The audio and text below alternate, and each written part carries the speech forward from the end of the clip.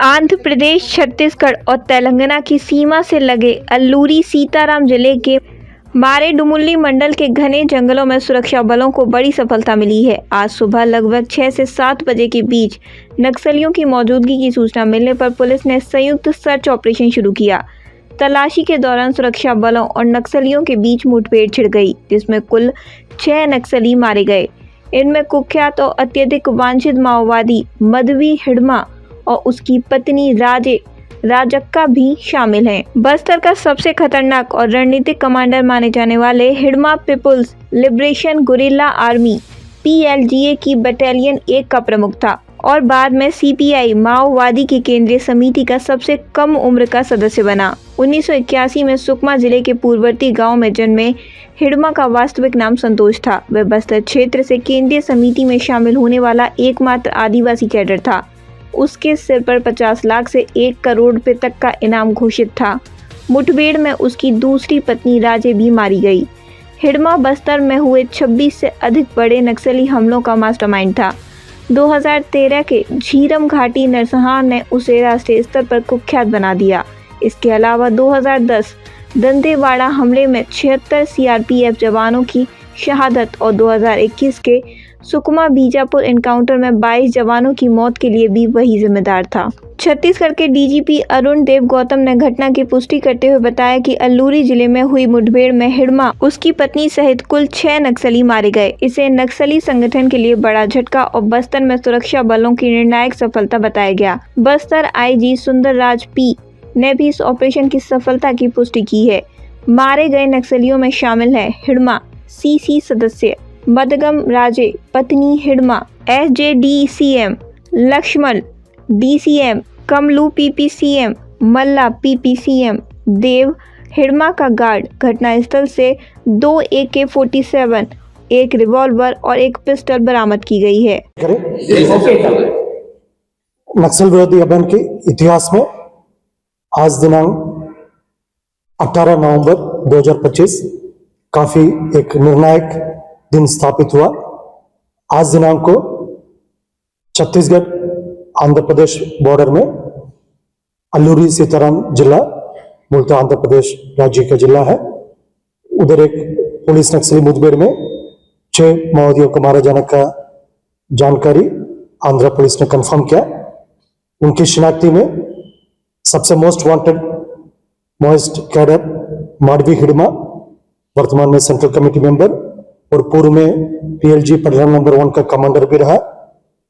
न सिर्फ बस्तर इलाका में नक्सल विरोध अभियान के दृष्टिकोण से संपूर्ण भारतवर्ष में एक खूंखार माओवादी के रूप में उनका शिनाख्ती है और उनके ऊपर लाखों के इनाम भी पहले अलग अलग राज्य सरकार ने घोषित करके रखा है और एक आतंक का चेहरा बनकर विगत लगभग 20 वर्षों से दंडकांड स्पेशल जोन कमेटी एरिया के अलावा सीमावर्ती राज्यों में भी कई हिंसात्मक गतिविधि में प्रत्यक्ष रूप से और अप्रत्यक्ष रूप से शामिल रहा। उनका डेड बॉडी आज ESR जिला में सुरक्षा बल द्वारा बरामद की गई। आज के घटनाक्रम काफी एक महत्वपूर्ण और निर्णायक घटनाक्रम के रूप में हम उसको देख रहे हैं। इसके पूर्व में वर्ष 2025 में बस्तर संभाग के अंतर्गत स्पेशल फोर्सेस और केंद्रीय अर्धसैनिक बल ने लगातार माओवादियों के खिलाफ संचालित की गई अभियान में CPM माओवादी का टॉप लीडरशिप, इसमें उनके जनरल सेक्रेटरी बसवराजू से लेकर central committee members Sudhakar, Satyanarayan Reddy, के रामचंद्र रेड्डी, अभी गरियाबंद इलाके में मोडम बालकृष्ण चलपति और अन्य जो सीमावर्ती राज्यों में गजाला रवि, सहदेव विवेकमान जी, इस प्रकार माओवादियों का लगभग 9-10 टॉप लेवल के पुलिट ब्यूरो मेंबर एवं सेंट्रल कमेटी मेंबर्स का डेड बॉडी अलग अलग मुठभेड़ में रिकवर किए गए थे। लेकिन सबका ये तलाश रहा जो आतंक का चेहरा है माडवी हिडमा, जो commander of PLG battalion number 1 के अलावा जिनका इस इलाका में अनेक बड़ी बड़ी वारदात में, जिसमें हमारा 76 CRPF जवान का शहादत तारमेटला में हुआ, उसके अलावा बिनपा मुठभेड़ में है, टेकलोगुड़ा मुठभेड़ में और कई वारदात में उनका भूमिका रहा। उनका सभी सुरक्षा बल, सभी एजेंसीज, सभी स्पेशल फोर्स ने लगातार नक्सल विरोधी अभियान के माध्यम से उन्हें अपहरण करने के लिए लगातार प्रयास जारी रखा। लेकिन आज की खबर है वो सभी सिक्योरिटी फोर्सेस के लिए, जो नक्सल विरोधी अभियान में शामिल सभी एजेंसी के लिए काफी एक महत्वपूर्ण खबर के रूप में हम इसको देख रहे हैं। इसके पूर्व में आपको ज्ञात होगा जो माडवी हिड़मा से लेकर अन्य जितना भी माओवादी कैडर है हिंसा त्याग करके समाज की मुख्य धारा में शामिल होने के लिए लगातार अपील भी शासन की ओर से, सुरक्षा बल की ओर से, पुलिस की ओर से लगातार की गई थी। लेकिन इस अपील को कहीं न कहीं अनदेखी और अनसुनी उनके द्वारा की गई। उसके परिणाम न सिर्फ माडवी हिड़मा के इस मुठभेड़ में न्यूट्रलाइजेशन हुआ, साथ साथ उनकी वाइफ और संगठन में दंडकांड स्पेशल जोन कमेटी मेंबर के रूप में जिसका शिनाख्ती है, जिसकी पहचान है राजे का भी इस मुठभेड़ में उनका डेड बॉडी रिकवर की गई थे और अन्य 4 अन्य माओवादी कैडर का डेड बॉडी इस मुठभेड़ में रिकवर की गई, जिसकी ऑफिशियल कंफर्मेशन और ऑफिशियल डिटेल थोड़ी देर पश्चात आंध्र प्रदेश पुलिस द्वारा भी जारी की जाएगी। मुठभेड़ सेल से AK-47 और अन्य आर्म्स एमुनेशन भी बरामद होने का भी अभी तक बेसिक कंफर्मेशन आ रहा है, क्योंकि ये मुठभेड़ सीमावर्ती राज्य आंध्र प्रदेश में हुआ। संबंधित पूरा ऑफिशियल कंफर्मेशन जो संबंधित सिक्योरिटी फोर्सेस द्वारा आने वाले समय में पूरा विस्तार रूप से की जाएगी।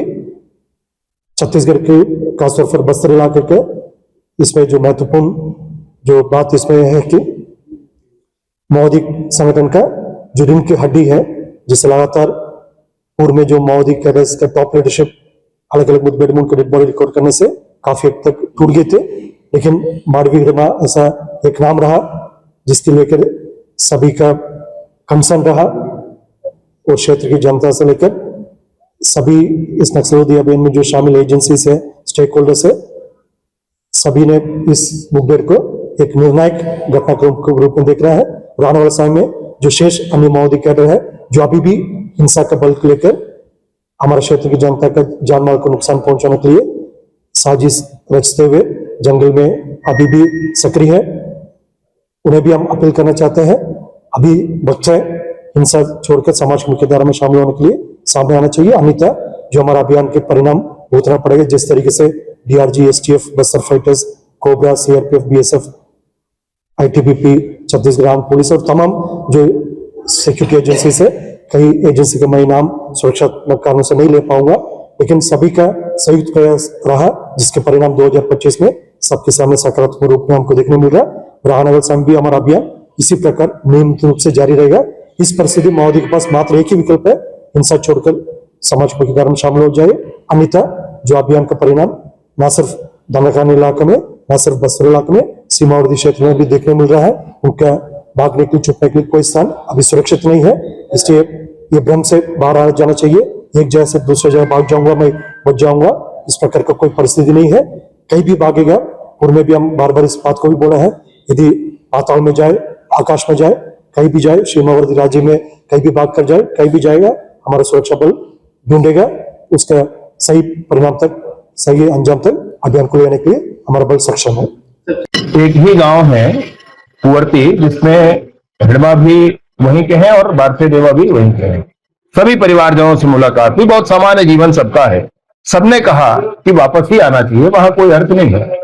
और फिर से आपके माध्यम से इस बात की मैं अपील करता हूं, दक्षिण बस्तर के हमारे कुटरू क्षेत्र से, हमारे पामेड़ क्षेत्र से, हमारे भैरमगढ़ क्षेत्र से, सुकमा जिले के जगरगुंडा क्षेत्र से जितने लोग हैं सब पुनर्वास करें। 1 मिनट की चिंता न करें, एक सूचना पर ही कॉरिडोर क्लियर करके दिया जाएगा, एक सूचना पर ही आपके आने तक की व्यवस्था सुनिश्चित की जाएगी। परंतु हथियार के साथ आइए, हथियार के साथ आकर पुनर्वास करें।